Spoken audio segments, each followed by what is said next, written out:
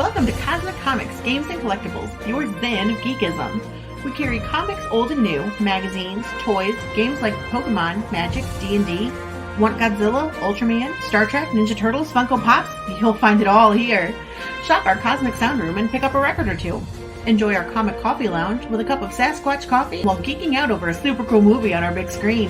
Cosmic Comic, Games and Collectibles. Superman loves us, and so will you.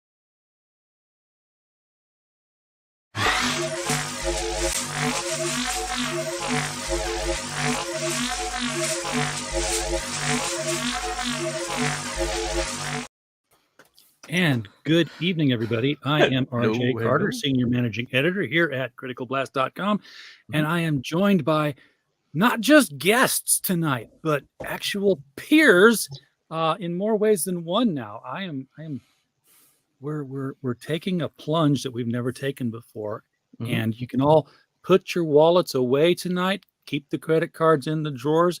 This is advanced scout notice for crowdfunder yet to be. January 1st, I think, is the date. Can anybody vouch or correct? Something like that. First-ish. January 1st-ish, I guess. Yeah, it's tentative. Oh, I can deal with tentative. Yeah. Well, it's a lot of moving parts. A lot of us haven't published before. A lot of us are using different artists, different colorists, different teams, and it's weird because I've been covering. Well, I've been covering comics for 50 years. Either as a reader or a fan, and then as a journalist. I've been covering crowdfunded comics and independent comics for the last 6. And you'd think I would know all the ins and outs by now. But once you get on the other side of the desk, it is a different ball game. It really is. It really is. It's there's a lot of things that you speculate about that once you're in it and once the reality is there, you find entirely different vistas of complications. So, all right. I removed myself because I was told by the chat, Mike Walters said that I was blank. And that am I still blank? Yep. I look blank on YouTube. Yeah. You're blank. You know what? You guys are just gonna have to run the show without me for a second, and I'll be right back. All righty. All right, let's get him struck right quick. Anyway, just kidding. I know, right? Yeah. I created the master list of campaigns or projects. There he is. There he is. There you go. There you go. This is something in StreamYard. If you start out with a background and you change your mind, StreamYard loses its. Look, I came in twice. I was just coming to save the day in case you were gone. You're good. I'm out. Bye. Okay, thank you, Pops. Always good to have somebody watching my back there. But yeah, this is so okay. I don't know if I've explained this on show or not yet, but my workstation used to be this folding table. I had 2 laptops on it. Job 1, job 2, and as job 3, the shipping business started taking up more of a footprint in my living area. I replaced that with this 5-shelf wire rack workstation. Oh, okay. So my second shelf here has got the old tabletop on it. So it's back, laptops all at the same height, boxes beneath me with packing material, printers and label printers, more boxes, Gemini mailers. It's all stacked up. So I've clipped on a fan because it gets hot, because this is a wire frame and it's, easy to, it's like Legos, it's like I can always clip something else on. Oh yeah, absolutely. I've got lights clipped on up here. And the idea struck me this weekend that, this is a wireframe shelf with it's got a wireframe lattice in the front and the back and the sides. That this little triangle pattern goes across there.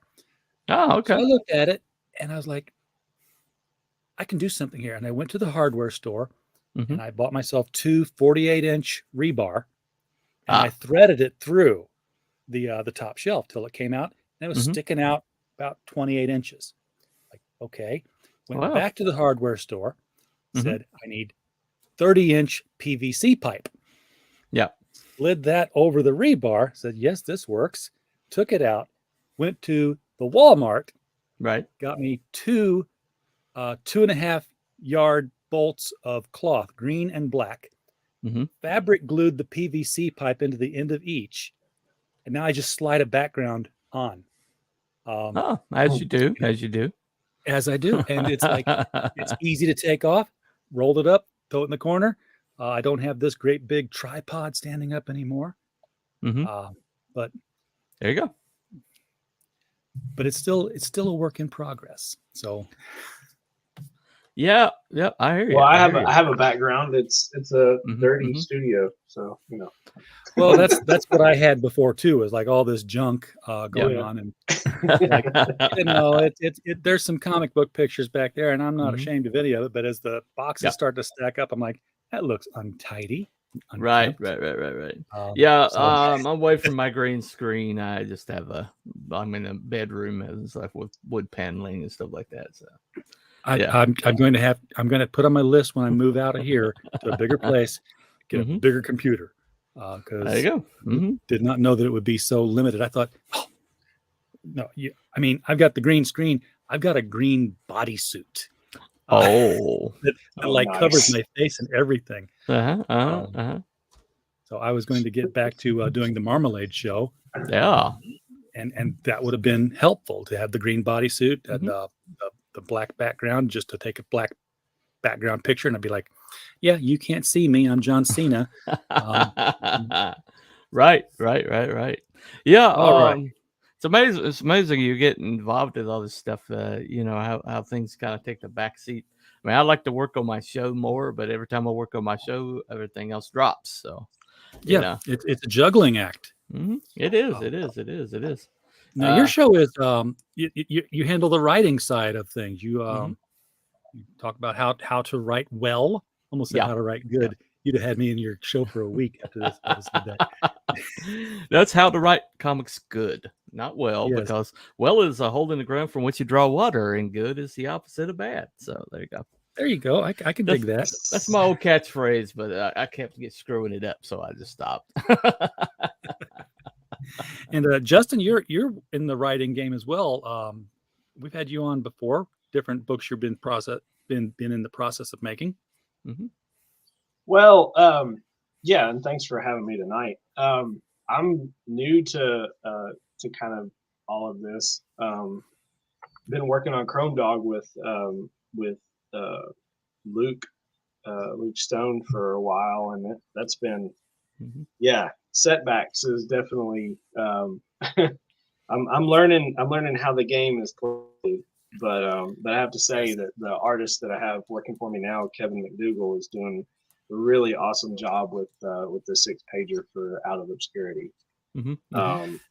So, but yeah. How did you find your artist? I think we just wound up following each other on Twitter, and I liked his art style, and he had a really cool avatar that he drew of this killer clown looking guy, and so that caused me to kind of look into his portfolio, because he has I think he has his art station up on his bio. So I went and took a look at it, and I was like, wow, this guy's he's pretty solid. And so I just reached out to him. We kind of, I told him this was the project I was, and that it was going to be for comps and that this is an opportunity for us to kind of like start something. And the more I work with him, the more I'm definitely interested in, running a title with him, apart from Chrome Dog. I have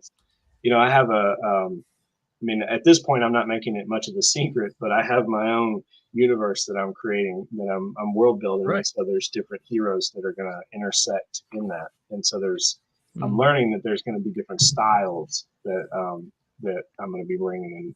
One of them is Kevin's black and white. Like, the guy is just awesome. I can't wait to show some of what he's done for me. Building a world is a pain, But the thing about it is when you build a world, it opens up possibilities for stories that are just endless, and the problem doesn't become figuring out how much story or figuring out where you're going to get story from, but to whittle down which story you're going to tell now. Yeah, exactly.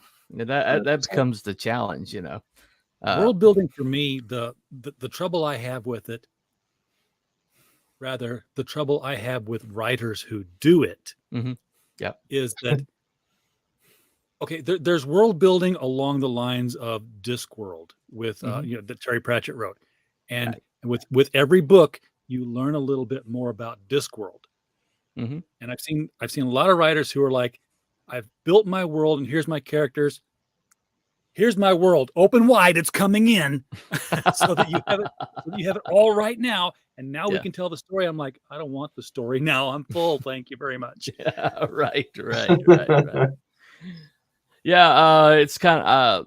I always point to the Matrix as example of this. The Matrix, the first story was self-contained. It was cool. There was this world, the machines have taken over, blah, blah, blah, set up the mythos. But then they laid this bloated epic on you, the next two stories. And it just kind of like the center would not hold, Yeah. And it wound up.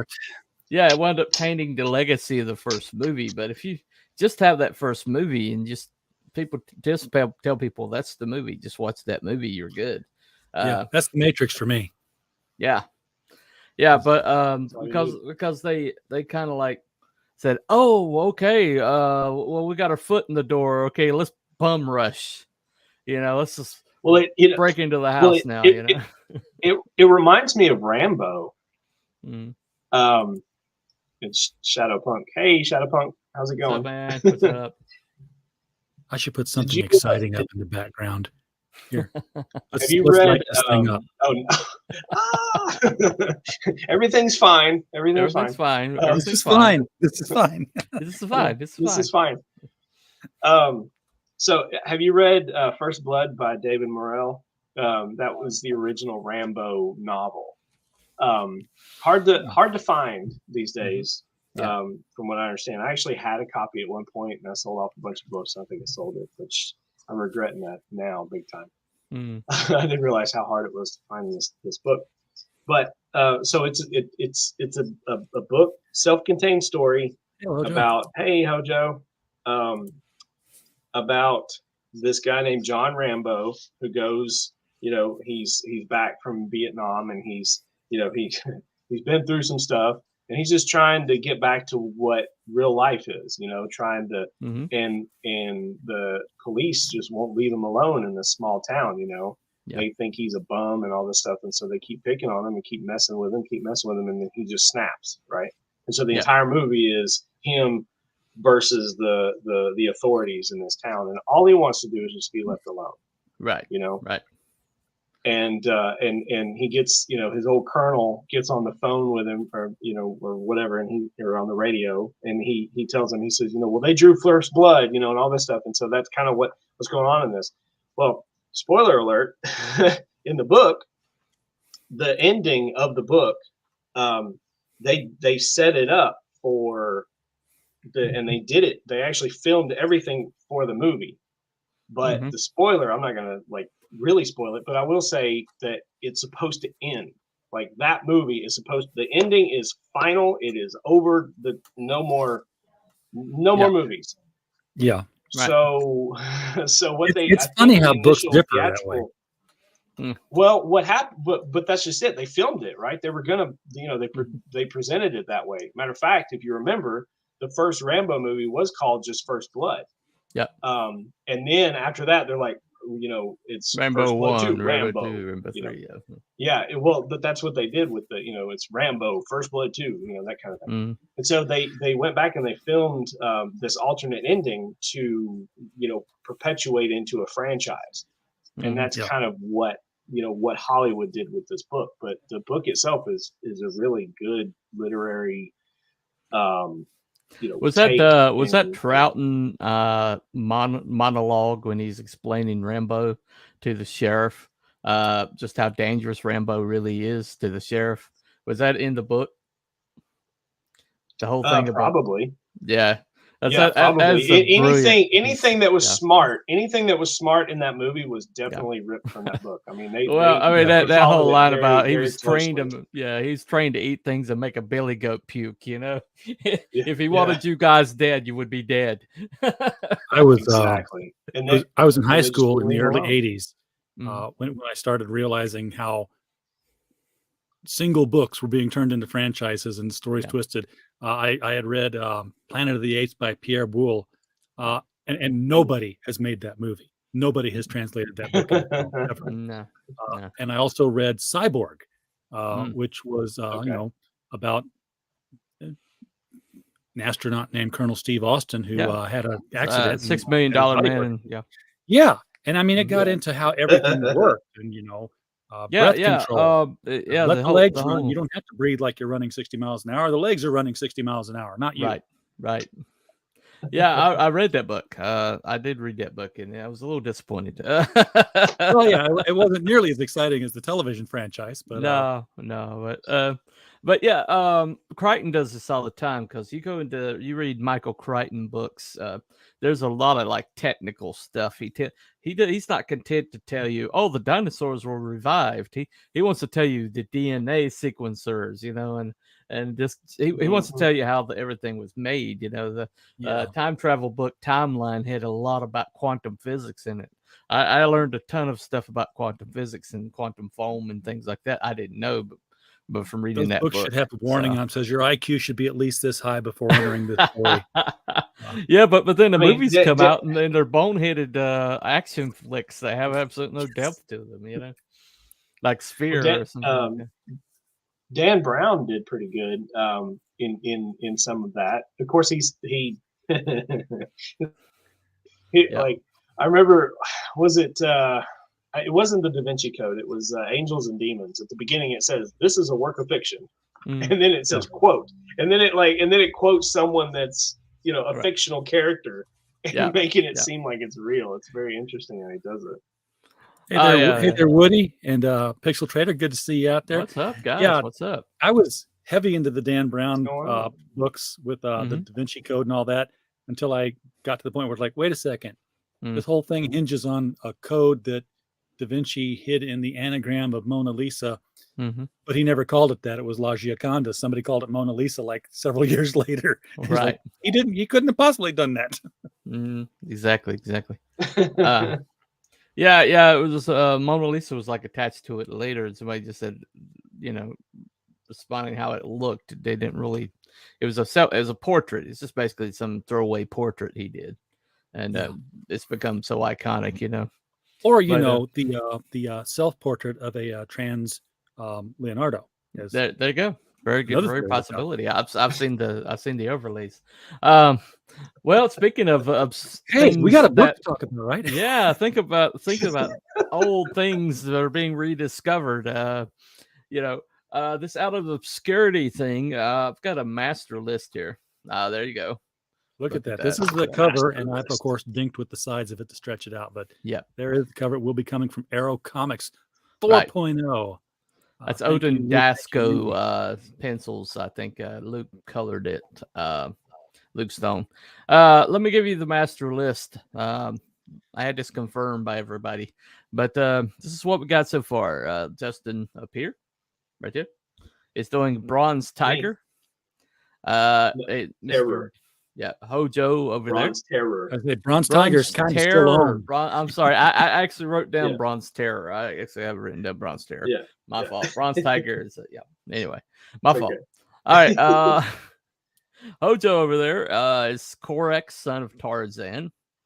And it's how would somebody like Tarzan deal with modern day society? With the encroaching of technology. It's a really cool story. I read the script. Nick Tockert wants Paul Bunyan, a kaiju killer. So, Slayer. Kaiju Slayer. There you go. You know what? I just watched. I just binged all 8 episodes of Reacher. Details matter. Yeah, they do. They do. If you cast the right guy, that's exactly what the author had in mind. It does go a long, long way. Oh, I know, but he keeps saying that in the film. I'm like, it's not Bronze Tiger. It's not this. It's not that. Details matter. Details matter. Details matter. Yeah. That's all. I don't hold it against you, buddy. I'm just trying to make sure I understand. No problem. Well, see, I did master list, and then nobody gave me any feedback on it. We've got the Dubois Fowler, also known as Matt Fowler, who is doing Tiger Blue, and he also Prospectors, which is a book I'm really wanting to get a hold of. Specters with an RES on the end, right? Because that's like ghosts. Yeah, RES. Yeah. Specters. Right. Specters have given up their amateur status. They're prospectors. Yeah, exactly. He did Psycho 66. He also did Dixie Rose, so he's pretty prolific. But he's doing a Solomon Kane story. He's got to skirt around, I guess, because not all of at least. Yes. Yeah, Solomon King's not all in the public domain, but he's using part of it. That is. Anyway, I'm having to walk that line too myself because I'm using the original Ghost Rider that came out in the Tex Hulk comic, and Rex Fury is his name, and my story. I'll show some art from it in a little while. But it's called Ghost Story. But then a Scholastic book, also known as Earth's Best, is doing a Captain Battle story, but it's more of a comedy. A little bit more of a parody. The Heap, that's Kim B. He's I'm not sure what else he's done. You guys know? Some of us haven't done anything because this is our first foray into this. Well, let me click. Well, he's doesn't look like I'm not seeing anything published, but he's evidently an artist in the community. Yeah. I don't think he's published anything yet. A lot of us haven't. No, that's what Out of Obscurity is not only these characters, but it's also some of the creators. Anyway, yes, absolutely. Mr. RJ Critical Blast here is doing a story with the clock. The clock strikes, I think. Which he's actually predates the Spirit. He also predates. I think he predates the Shadow. He is the first. He is the first masked hero in American comics. Mm-hmm. He does not predate the Phantom, and he gets an asterisk because the Phantom was published in Britain. Okay, all right. Well, that makes sense because because it's set in jungle areas, so it has that whole Burmese kind of colonial bit. Here, let's put things in order. This is the evolution of the beard. Yeah. Woody, that pay attention to the book when it comes out. That phrase will appear. Yeah. Because he basically has a face. Yeah, he kind of has eyes cut out, and this thing is like a white. Worst costume ever. So, yeah, it's pretty That's bad. Hilarious. And he also shot a lot of people. A lot of people. He was not into like arresting people endlessly. He was into like ending the threat. So that's gonna be interesting. Brian Christgau is going to add a 6-Gun Gorilla story. One of his shorts. Because 6-Gun Gorilla, I did not know, is actually public domain character that he revived. So I think there were 2 versions of it too. Mm-hmm. Yeah, it's just going. So having him aboard is a really cool thing. Jared Bricky is going to do Super Guy. That story is going to be hilarious. Let me see if he's done anything else. I think he's got some things in the works, but I don't think he has anything currently published. But anyway, but yeah, so that's probably gonna be his first one. Super Guy. It's about a retired superhero just trying to go shopping at a grocery store, and it gets robbed, and hilarity ensues. So that's gonna be real fun. I've seen some of the script, and it's hilarious.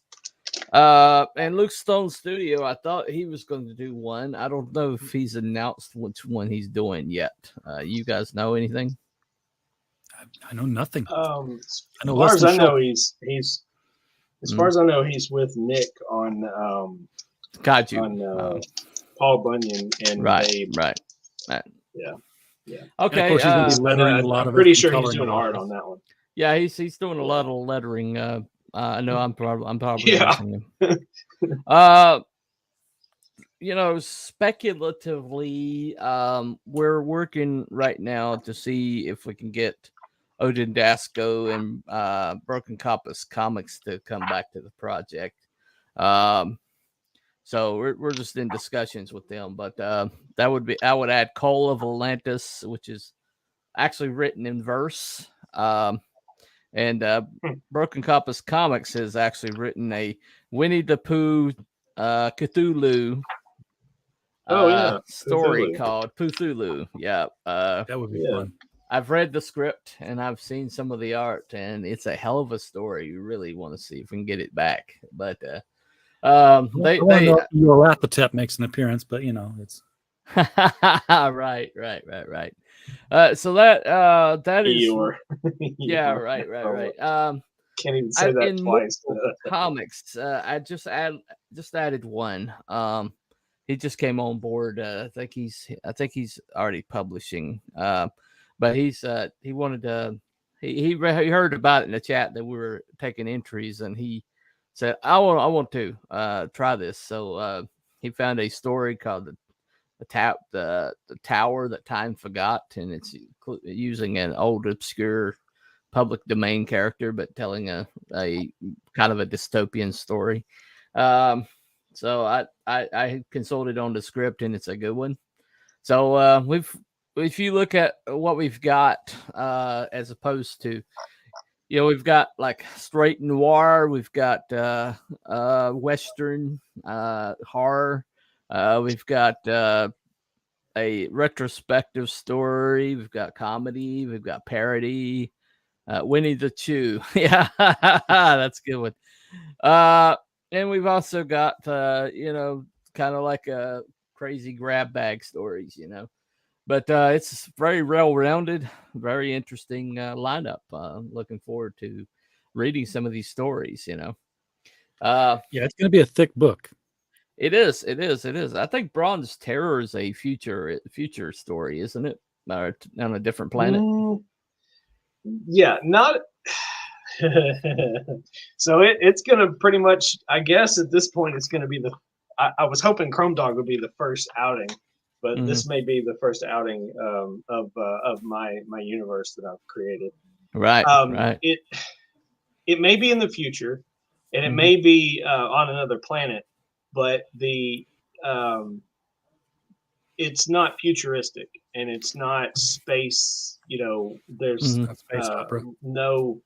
There's no space travel. It's a very the world that I'm creating is a very I guess compared to this one, a very locked down world. Okay.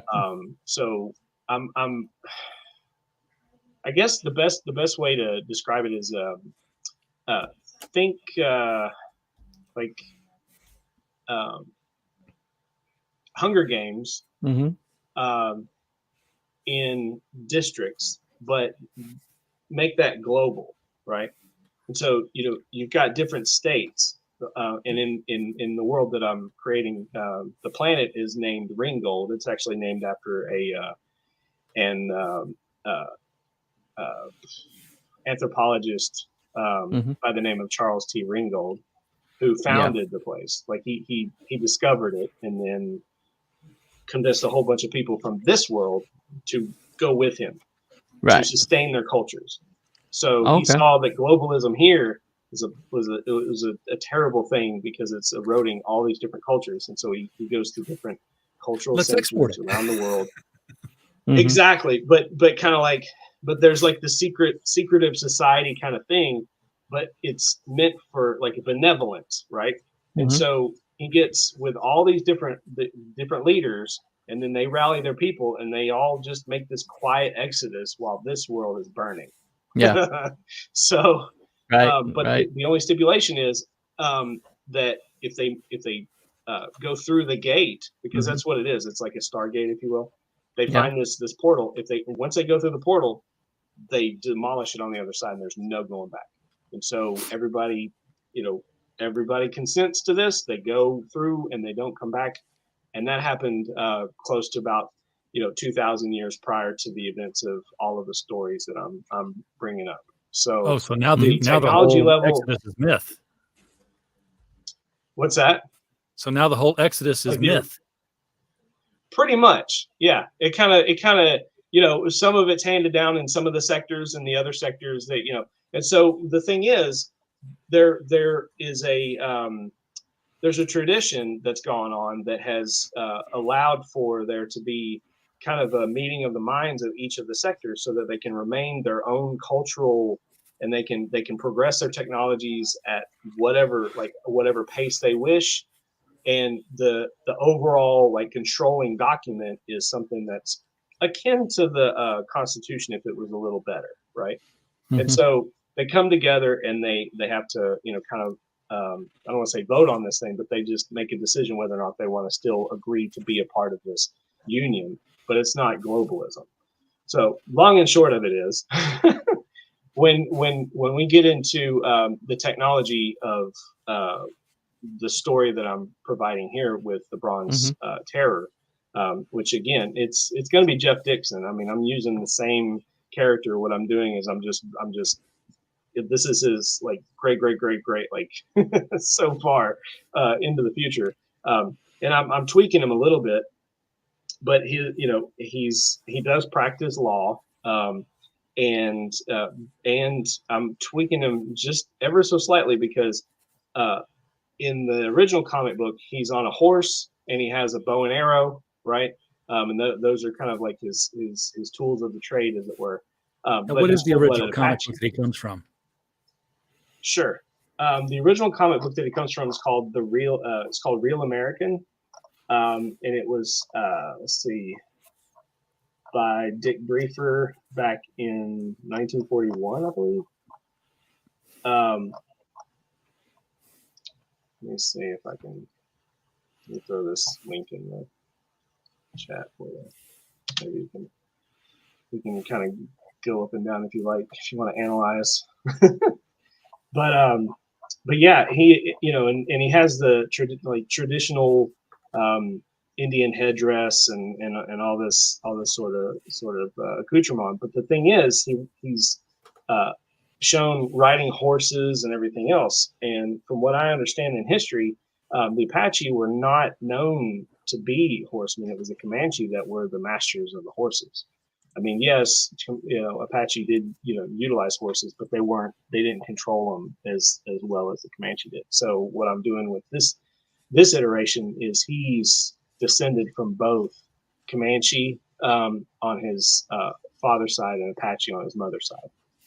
And that actually kind of makes it's a big deal, even in these 6 pages, because he inherits this artifact from the world before. So it is from that time of myth, as you say. So, right. And so this artifact, it carries with it a certain totem from that old world as well, with I guess you could say with an axe to grind. And so that's more or less. I don't want to say this 6-pager is his origin story, but it's definitely enough to get people, to try to, maybe want to know more about him, and also, but it's from start to finish, like, action. I'm not trying to be funny or cute. I'm just like, it is a John Wick 6-pager. Right. But yeah, he's like he gets out of the business suit and puts on the buckskins and the headdress with the face mask there, the skull face mask. Yeah. And he also has body paint. So if you look, he has like a skeleton body, bones and stuff on his arms. Yeah. He didn't. And so what I've done, right? Because that was I believe that was the first iteration, and then just over time they kind of iterated a few more in other later issues. Right. Mine comes from a similar era. If you want to share, are you that ready one. for me to share yours? Yeah. Okay. Yep. This is the Tim Holt magazine. Tim Holt was like the star of it. He's actually a Western star at the time, and this was his comic. But they wanted to kind of like spice it up, so they got together, brainstormed, and came up with this idea for a Phantom Rider they called the Ghost Rider. And it was a character they already had called the Calico Kid. It was the second iteration of the Calico Kid. Guy's name is Rex Fury. And he had a Asian partner named Sing Sing. And so, is that error, it's a little bit, shall we say, anyway, insensitive. Right. Insensitive. But they couldn't, at that time, because of the Comic Book Authority, they couldn't do a truly supernatural book. And so everything he did had to be explained. It was a Scooby-Doo kind of thing where he faced these threats that look supernatural on the surface, but then turn out to have like people in masks and things like that. And he faked being supernatural with phosphorus and to glow. His horse would glow. He glowed. He had a black interior of his cape, so it looked like he was floating. He had a black lariat and things like that. And And that series became at the time it became the most popular character in America for a red hot minute. And but the publisher that he was being published in went out of business. And somebody who worked on this book. Oh, by the way, that is a Frank Frazetta cover. Really? Oh, yeah, wow. he did one of the first. Awesome. One of the first things he did in comics was covers for the Ghost Rider. But yeah, he let me see. I can increase it real quick. Anyway, yeah.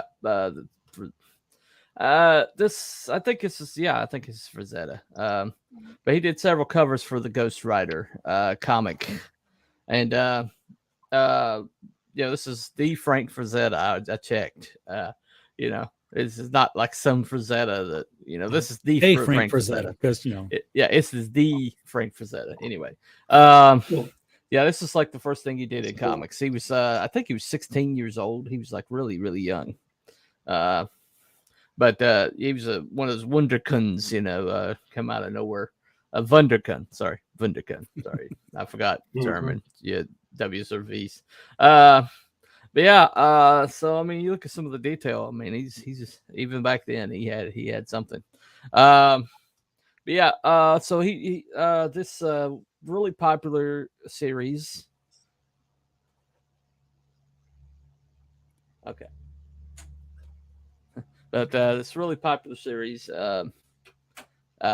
basically kind of went the way of the dodo. I think it was All American Comics was the name of it or something.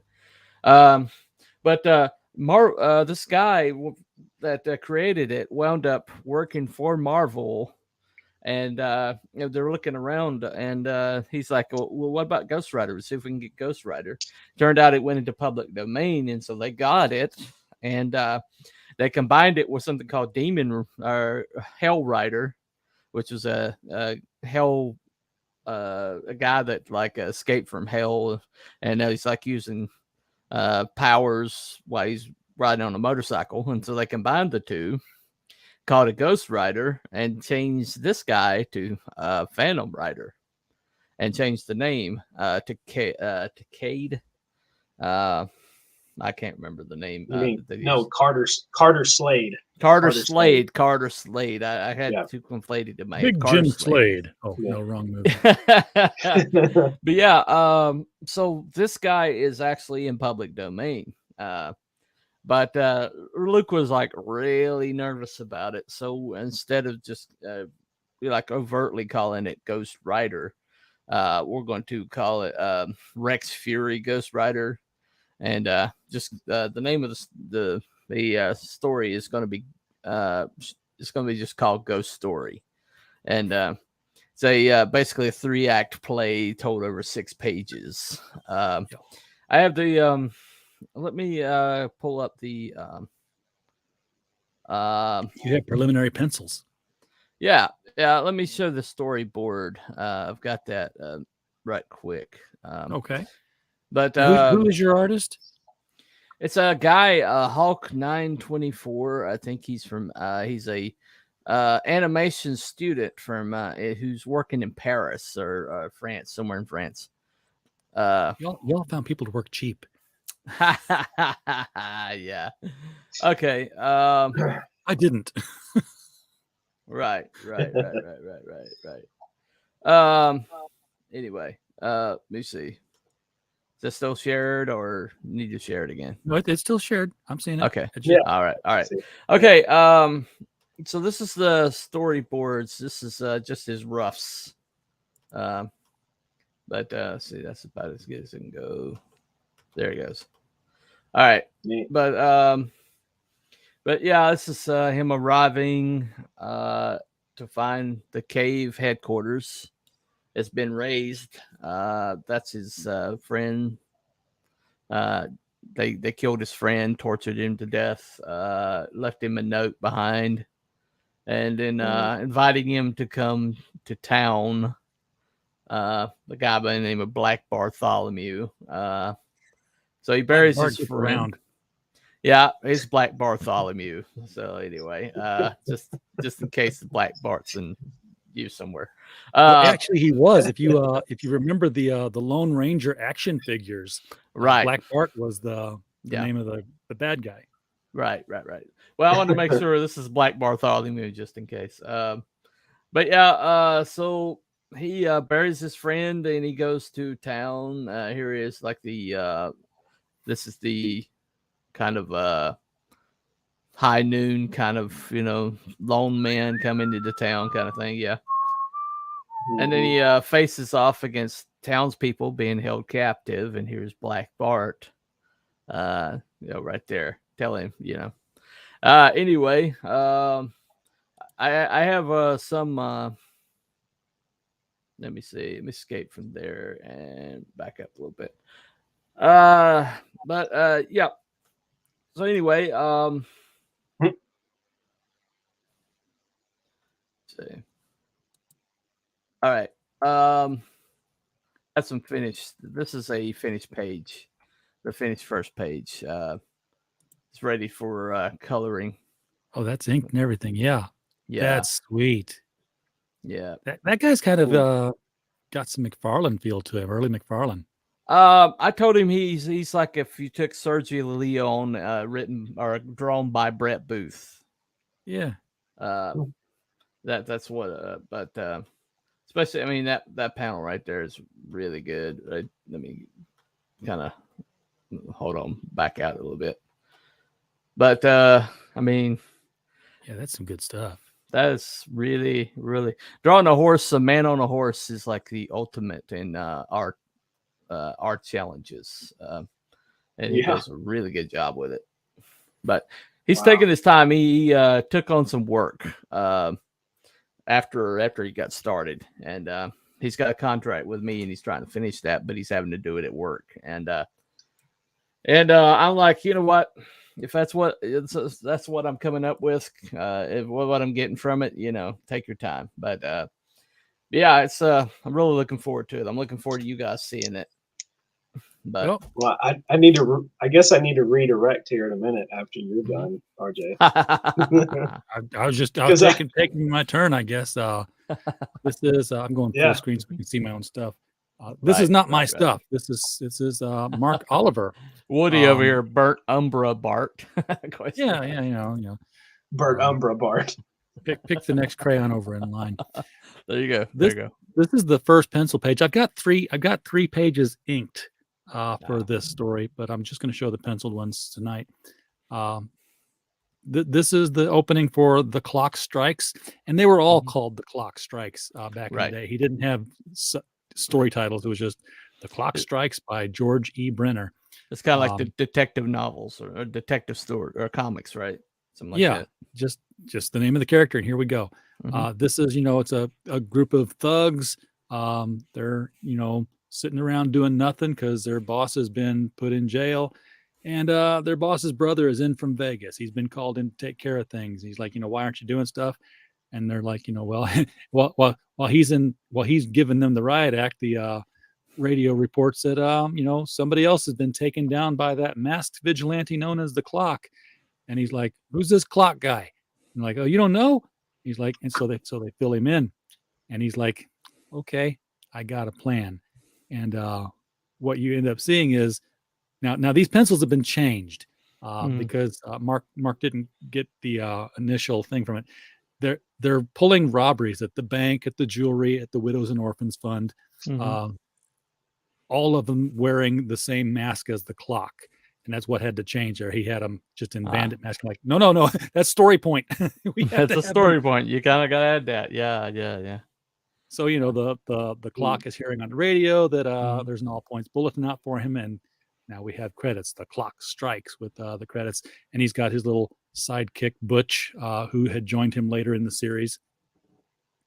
And, they go out patrolling. Now, these pencils have also been corrected to where, because he's in Brazil, and apparently they have British cars in Brazil. So I was like, wait, got to turn that around. So digitally flipped, and we were all good. So this is page 3 where he's like, he sees you see somebody dressed as the clock. He's mugging basically a corner Santa kettle, because that's all they're doing is they're just making the clock look bad, as many of them as they can, and in many places. So while the clock confronts his doppelganger, the policeman's like, "Holy cow, it's the clock, and there's two of them." And that bottom left panel should look familiar, because that's the Spider-Man meme, with the cop in the background there, and he tells him to halt, and one takes off running and the other follows after, and we have a foot chase. And I'm not going to say how it ends or why it ends, but it actually has something to do with the transition in the clock's storytelling that went through the years. Okay. The clock predates the Spirit, and at one point actually looks like the Spirit. So it's and I think Will Eisner even well, Eisner even said that the Spirit was based on a Golden Age character, and it's pretty much obviously this one, because George Brenner was doing this for Crack Comics, and Will Eisner was doing a handful of different titles, story titles under the Crack Comics banner, with different pseudonyms. Some of them Will Eisner, and then some of them Will this or Will that.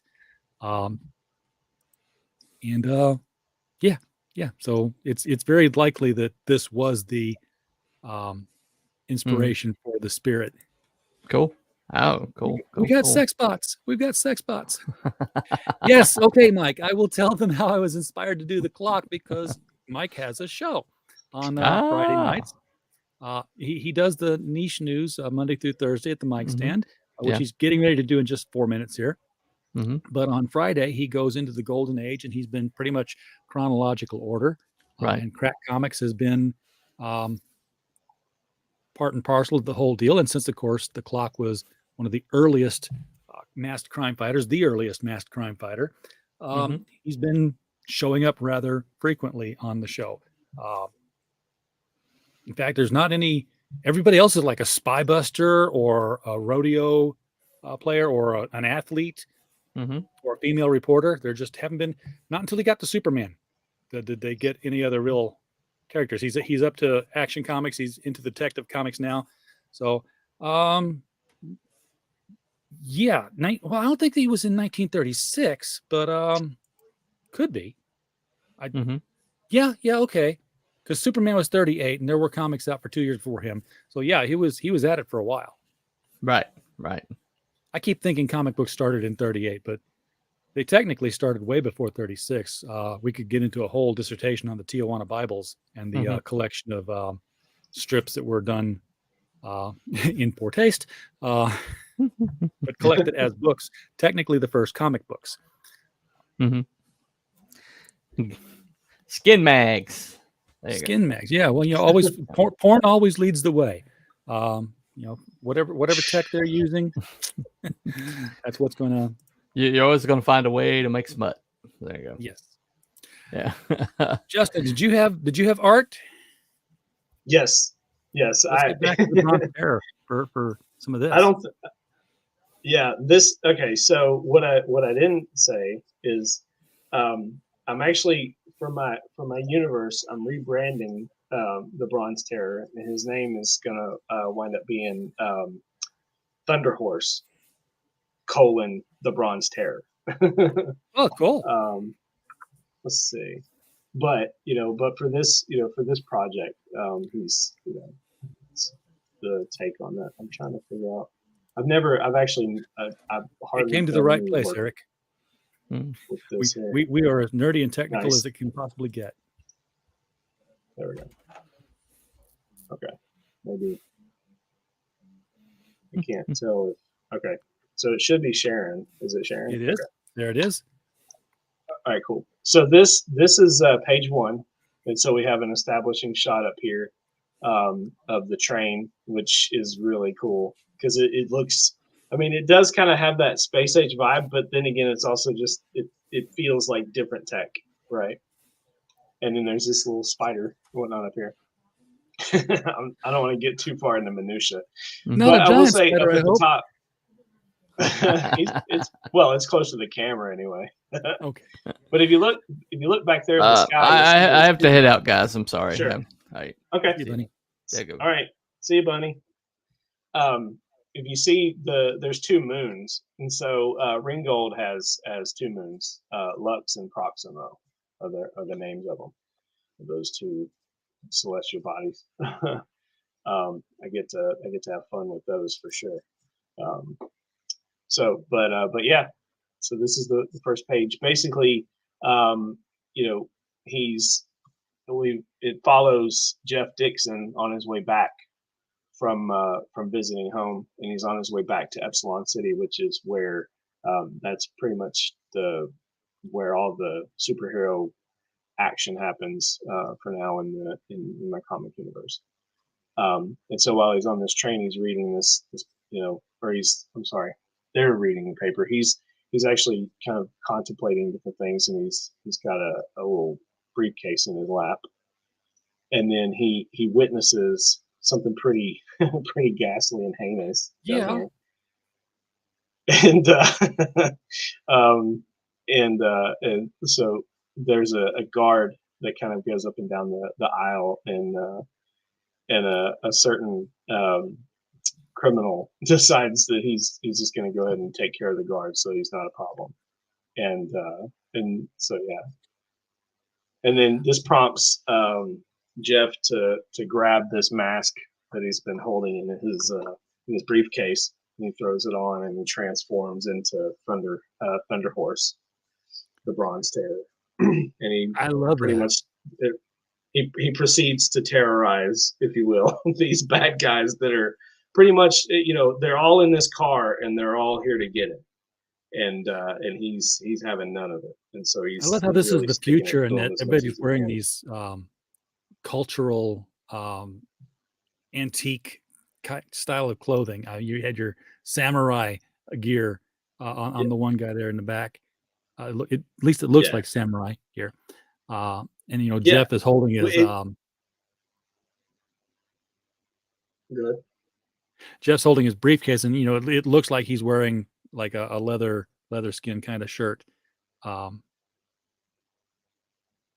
Yeah, I mean it's so the time period is kind of it's all over the place as far as style goes, because the different sectors they kind of do things in different times and whatnot. And what you see in that guard, he's a Takeda guard, which is a certain sect of because the way I'm setting it up in my universe, there's no such thing as like Japanese anymore. I kind of fall back to the Nipponese, and so it kind of so I'm following kind of that into kind of like the original kind of like subculture as much as I can. I mean, but I'm also like trying to figure out, okay, well, what would this look like if it were allowed to endure and didn't have all the Western influence, or as much as it did. So, but yeah, so it's just a kind of an action romp, if you will, and he kind of goes through and starts taking out the bad guys, and he gets punched in the face. So we have like a first person gangster there, this bottom panel. Yeah, he knocks him down. Yeah, and then so he lands, and then they gang up on him and everything. They're all just trying to beat him up, and kind of, almost like Mjolnir, he's able to he calls back his tomahawks, and he uses them to to kind of take out the bad guys. Now the transformation, that's a mystical thing that's new to the character, isn't it? It is. This is like reimagining. He feels this right. Exactly. It is a reimagining. Plus his if you look here on his arm, I kind of keep that bone look. So he has this, these white bonish tattoos or whatnot. Of course, it'll look different once it's colored. But his chest, instead of going with these what look like skeletal like ribs or whatnot from the original, I've decided like it's a skull of a horse. I it's kind of, and it's just kind of emblazoned on his chest. What it is his character design was another artist, Sergio Rios.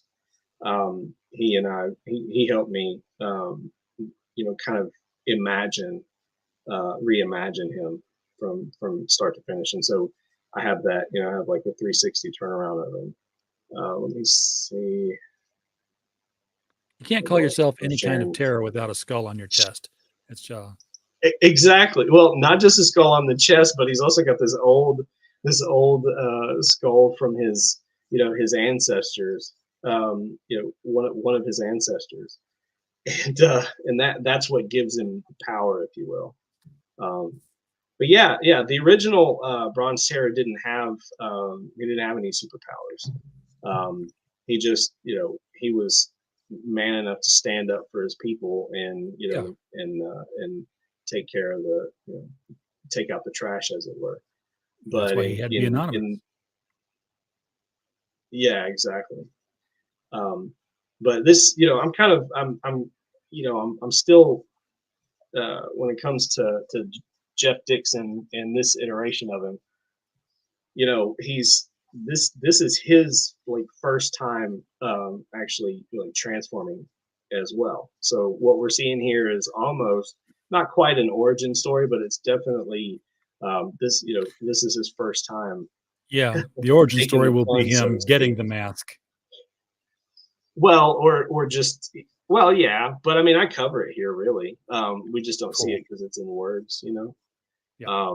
So you kind of get that, but yeah, there's so yeah, these are just the first 4 pages, and Kevin's got a couple more for me and whatnot. But he's definitely he's looking to try to dispatch some justice, because there's this this moment where he sees what he in that moment he views this guy as just an innocent guard who's just, he's standing watch, and then he's not given a chance to fight or anything. So it's almost like a sucker punch. And there's something stirs inside him.